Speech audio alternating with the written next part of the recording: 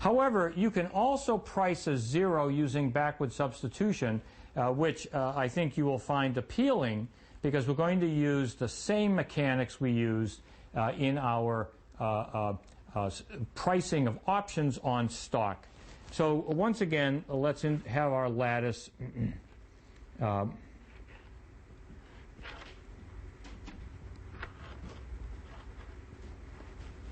So we know the associated interest rates. And for a 3-year, I'm pricing a 0 at time 3.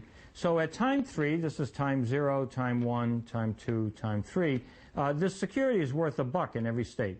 That's the definition of a zero coupon bond. It's worth $1 at time 3 in every state.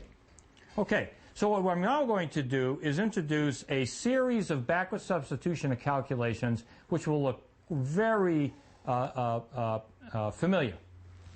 I'm going to calculate the value of the 0 here, and I'll call that state 1, and I'm going to call a value here number 2. I'm then going to calculate the price here, and then I'm going to calculate the price here. And in each step, I'm going to use a calculation that's going to look just like the expected present value formula. Namely, at time 1, what's the formula? Well, I want an expected present value using the risk-neutral probability. So I have a P times an E to the minus RUU. That's an expected present value from the upstate plus a 1 minus P times E to the minus RUD. So you recall that this is the RUU, this is the RUD. Now, if these periods did not have H of 1, in each of these discounts I would multiply the R's by H. So I'll just, to simplify my notation, I'll omit that point. But it's very important to remember the R's generally are annualized interest rates, and if these periods were not 1 year long, if H were not equal to 1, I would multiply each of these rates by H.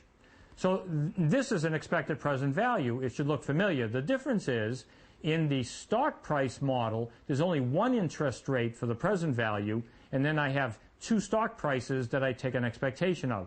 Here, I'm taking a risk-neutral expectation with interest rates, a risk-neutral expectation of present values. So, in fact, I have two different present values that I'm taking expectations of. 2, I use exactly the same formula. P times the upstate. The upstate uses the interest rate RDU plus 1 minus P times E to the minus RDD. Now that I've got 1 and 2, I'm going to calculate 3 exactly the same way with the appropriate interest rates.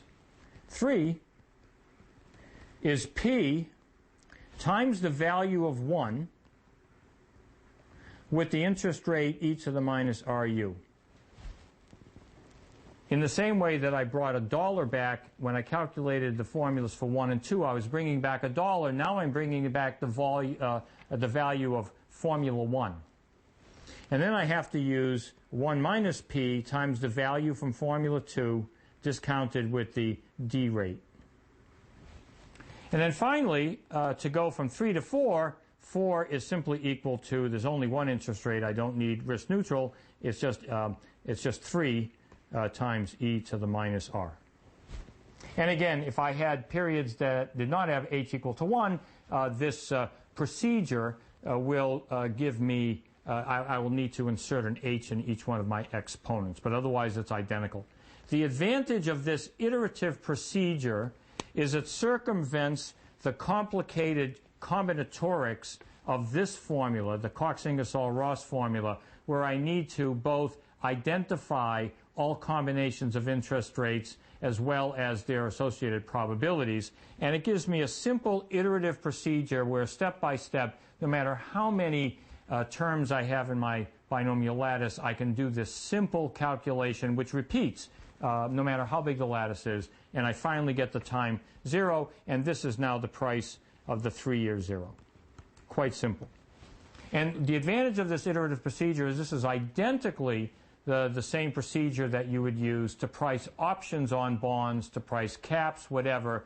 As soon as you know the value of the security at the terminal point, you bring it back to time zero using exactly the set of calculations.